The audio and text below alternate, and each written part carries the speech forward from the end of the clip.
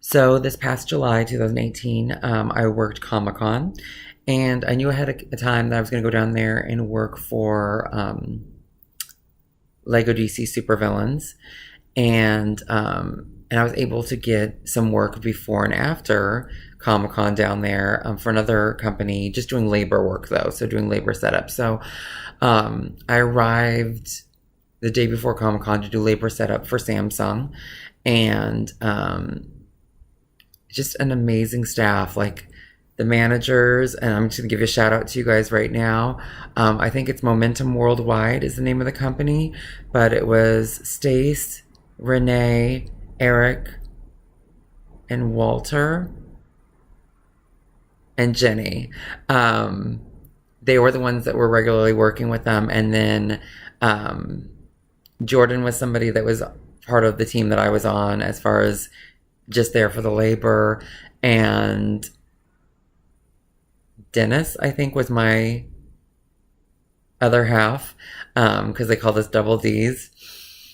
And then I also got to see my friend Lisa, who I had not seen since 2013, I think. And I almost missed her because she was a brand ambassador and she was working, the event the whole time. And I came in and did labor after my team lead shift inside the convention center. And, Lisa was helping tear down, and I heard somebody, she looked like Lisa, but I wasn't absolutely sure because I know there's somebody else in the industry that looks just like her. And somebody said her name and as she was leaving. And so I ran into the truck where the people were that just said her name. I said, "Hey, what's her last name?" And I got her last name. And then I ran out. I was like, "Lisa." And she was like, "Davy Cruz." So that was awesome. But no, that's not why I'm telling you this story. The reason why I'm telling you this story is because, again, I showed up and it was a great staff. Everybody was super nice. And, I was only staffed to work, the labor for setting it up.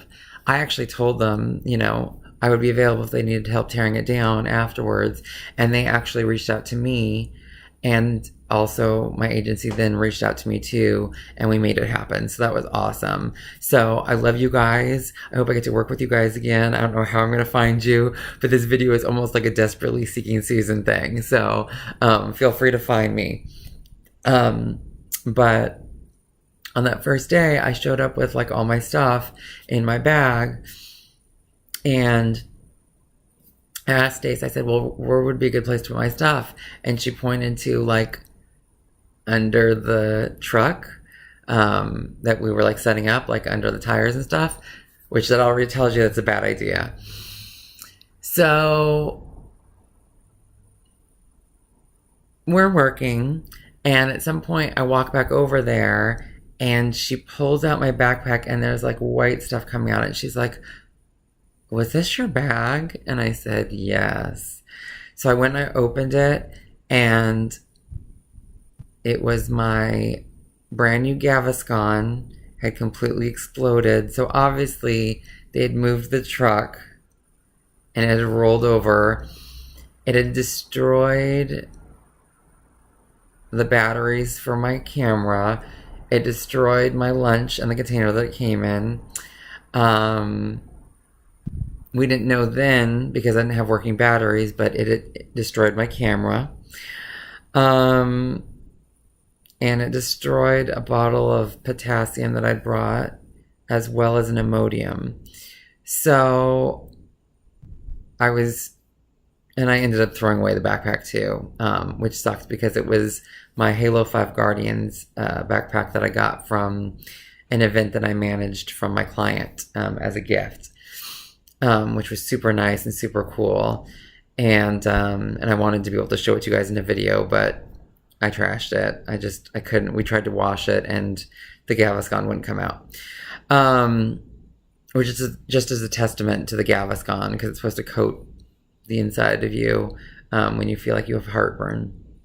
So I couldn't really be mad about that because I loved all these people and it was such a good situation, but it definitely did stress me out because then I needed to get food, which I think that night I made my friend Dave take me to Raising Cane's because there happened to be one pretty close to where we were.